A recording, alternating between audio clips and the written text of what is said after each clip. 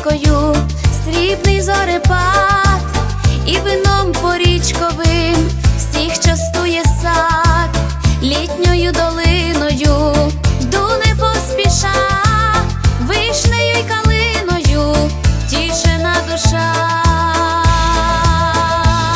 Це край, де я родилась і живу, де все для мене рідне, небайдуже, де зірка з неба впала у траву, щоб ти мене побачив, милий друже. Це край моєї втіхи і сльози, і з рідним словом, з рідними піснями тулюся до української краси, бо це взяла від батька і від мами. Пахнуть луки травами, пахнуть до знемог, грішне разом з праведним в силуетах двох. Музика над тишею, хоч нас